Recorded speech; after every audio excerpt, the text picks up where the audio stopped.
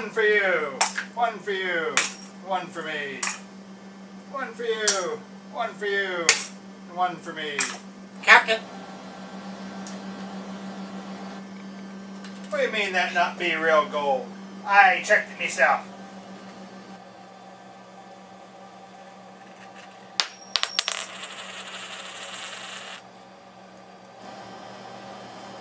Captain? Yes, you be right. Hi, mateys. Welcome to Captain Flint's cabin aboard the Cutwater. We were just divvying up the booty from our last raid. This also be where we keep the navigational charts. By studying them, we look for clues as to where we might find treasure. Captain Flint be fortunate to have Mr. Gentry as his navigator. With a sharp pen, Mr. Gentry is good at calculating latitude and longitude. As Mr. Gentry says, you can't get to where you be going unless you know where you be. Captain Flint and Mr. Gentry have charted our course for our next treasure hunt. We hope the winds be favorable tomorrow, so that we can set sail for the Isle of the Diaz Melmondos, the Isle of 10,000 coins. Oh, and look, that be where me small dagger went to. I see the ghost of Blackbeard has been here. This here is Queen Anne of England. You probably know of her from the flower known as Queen Anne's lace. The ghost of the pirate Blackbeard is not real keen on Queen Anne. He be still trying to get his revenge on this queen. This painting we pirated from the English flag vessel. We were going to sell it for a nice profit, but when the ghost of Blackbeard found it, being a spirit, he doesn't have his own dagger. So he keeps spiriting away me dagger and playing darts with the Queen Anne's portrait here. You can understand Blackbeard's anger with Queen Anne. You see, when Blackbeard was but a young man of 20 years of age and still called Edward Teach, he served in the Queen Anne's Royal Navy. England weren't even at war with Spain and France. When Queen Anne got into the war, young Edward Teach fought bravely for Queen and country. Queen, royal blood to deciding who should lead the people, not by a vote of the people. The war lasted from when Teach was over 20 years of age for 10 more years. Teach, now over 30, what are thousands of sailors like him who serve so valiantly to do? They were cut off. They were cut adrift by the Queen and country, jobless you might say, laid off ashore, sailors on the beach, how to make ends meet. This is why Edward Teach and so many others turned to piracy. See, pirates be the only democratic society in these times, or any times preceding. Oh, the Greeks like to say they had democracy, but somewheres around half the Greeks were slaves. Democracy? Now, pirates, we elect our captain, and if our captain don't do us good, we elect a different captain. That's democracy. So you can see why Edward Teach named his flagship Queen Anne Revenge, because he were to use it to take revenge on the English royalty, Spanish, and French. I think I'll be giving this to Pirate Craig's Listmore. He likes all sorts of flotsam. But today, this is a big day for Mr. Gentry. This is gunner test day. Mr. Gentry has taken his master gunner's test to be a gun captain.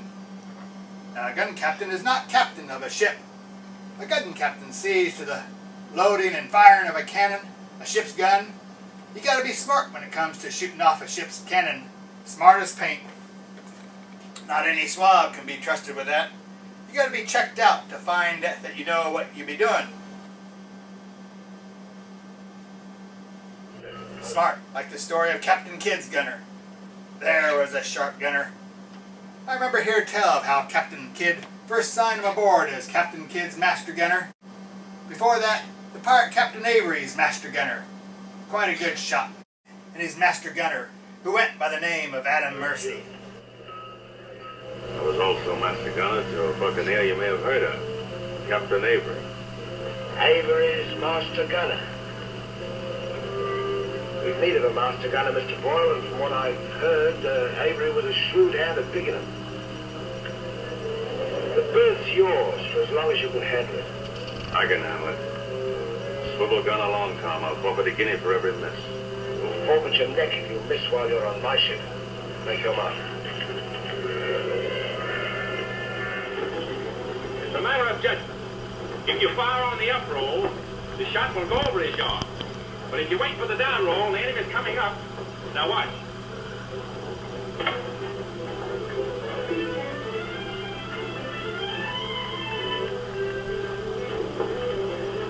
Get ready.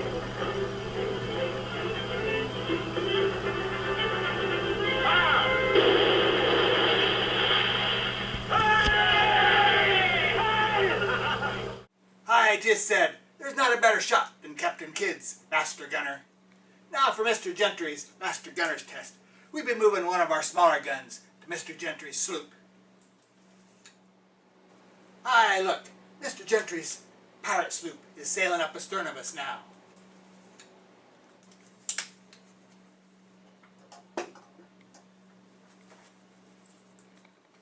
Come this way. It be dark in the gun deck, so watch your step. We don't want any candles around all that gunpowder.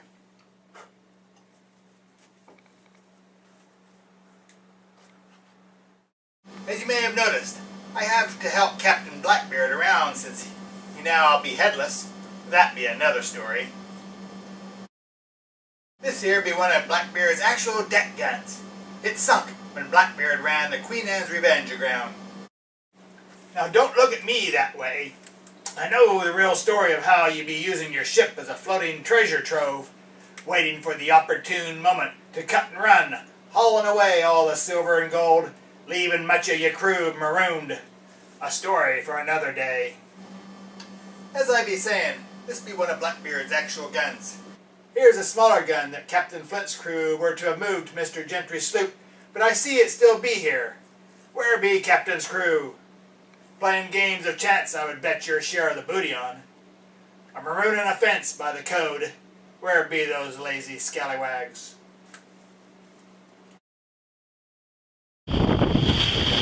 Mr. Gentry be boarding the pirate sloop, Ranger. She be flying our flag at her masthead. Pirates and parrots. A sloop be a single mast. I see Mr. Gentry is taking a look-see to be sure everything is ship-shape. Now along many shores, a sloop be a perfect pirate ship. Two-masted barks such as the Cutwater here, Blackbeard's three-masted ship, Queen Anne's Revenge, they be needing 8 feet and 12 feet of water to float. Being smaller, a sloop draws only a few feet of water, needing only a small crew to sail her. So a shallow draft vessel is perfect for pirating along places, such as the shallow waters of the Carolina Outer Banks, the graveyard of the Atlantic, where many ships and many settlers met their untimely end. And the lighter sloops be faster, so as to catch ships such as the Spanish treasure galleons. Here comes our target sailing in. When we captured her, we thought we'd be taking a Spanish treasure galleon. Turned out to be a wormhole Spanish slave ship. Well, pirates not taking to slavery. We be democratic and republican. We set the slaves free ashore, and the ship be so full of wormhole that she only be good for target practice. Mr. Gentry's first test will be using a round shot to shoot broadsides at the old Spanish galleon. Round shot be used for smashing holes in a ship's hull to sink her. It be looking like Mr. Gentry is almost in position, adjusting his course to port at one point. He be priming his gun. Taking final aim. Ready? Fire! Nicely done! A clean shot, sending that Spanish slave ship to Davy Jones' locker.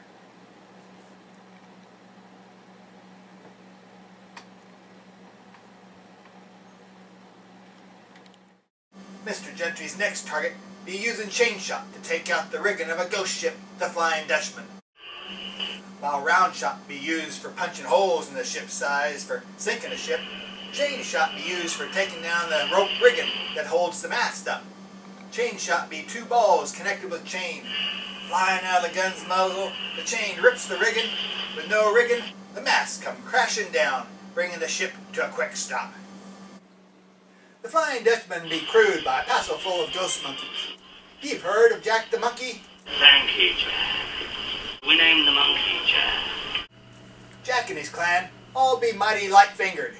They like taking what not be theirs. True pirate monkeys.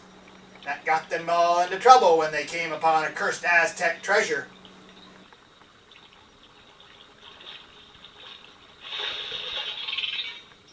When the furry fellas pitched the cursed gold coins in the Aztec cave, they all be turned into ghostly monsters.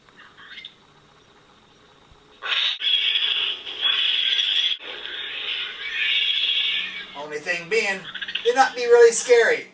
But being ghosts now, Mr. Gentry's chain shot not really be any danger to this barrel of cursed monkeys. Mr. Gentry is crossing tacks with the ship of ghostly monkeys. They'll all be hanging from the rig like monkeys. Mr. Gentry is primed and ready. Fire! Fine shoot. There goes 1, 2, 3 cursed monkeys. Nicely done, Mr. Gentry. Mr. Gentry's third and most challenging test be his accuracy. He be needing to swamp a small jollyboat. Rowing the jollyboat be the parrot Blockhead. Blockhead came to our crew from the NFL, the Nautical Flotilla League. As you can tell from his name, he not be in an additional risk of workplace injury.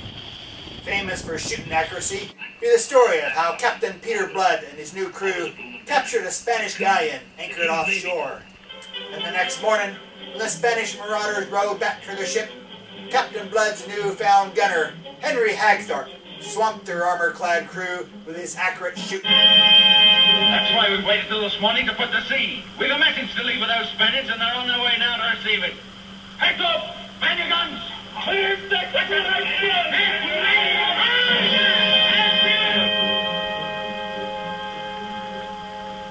Already, heads up! Aye, Peter, ready. Then give them a taste of their own iron.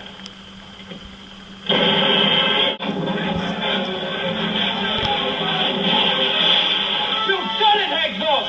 You've done it!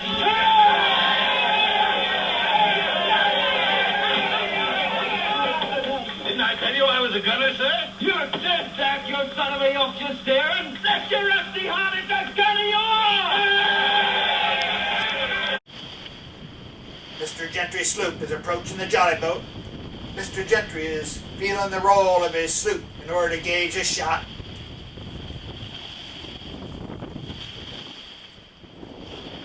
Steady. Fire! Nicely done, Mr. Gentry.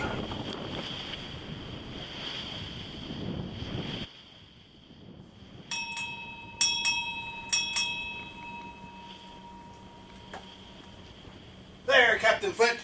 Mark my words. I just entered it into the logbook. On this day, Mr. Gentry did earn the rank of Master Gunner, using round shot to sink a Spanish galleon,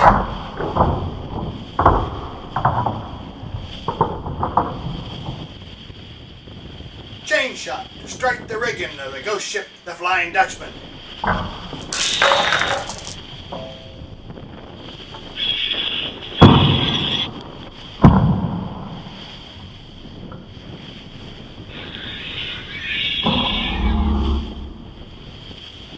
Displayed accuracy in swamping jollyboat of Blockhead.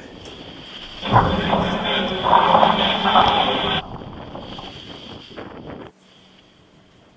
round of drinks to toast Mr. Gentry in passing the Master Gunner's test.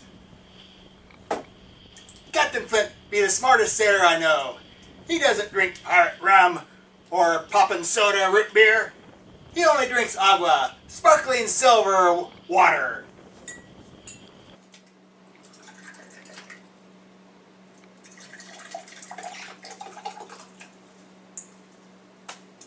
I'm afeard Mr. Gentry has had a hard time breaking his habits from when he was ungraciously in the brig for 4 years. They're eating predominantly fish and chips and root beer.